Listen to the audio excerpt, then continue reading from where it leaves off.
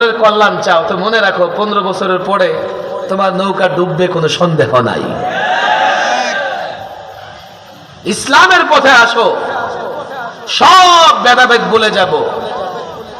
কোরআনের পথে আসো, কোন প্রতিশোধে ওলামা একরাম বিশ্বাসী নয়।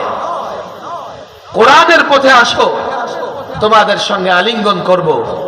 কোরআনের পথে না এসে, ইসলামের পথে না এসে, শান্তির পথে না এসে বাড়াবাড়ি ষড়যন্ত্র যদি করো, জঙ্গিবাদের ধোঁয়া তুলে যদি আলেম ওলামাদের দিকে কোন ইঙ্গিত দেবার চেষ্টা করো, এদেশের মানুষ তোমাদের ছাড়বে না। ইসলাম সম্পর্কে ধারণাটা আমাদের সঠিক হবার দরকার আছে না নাই? বলেন আছে না নাই?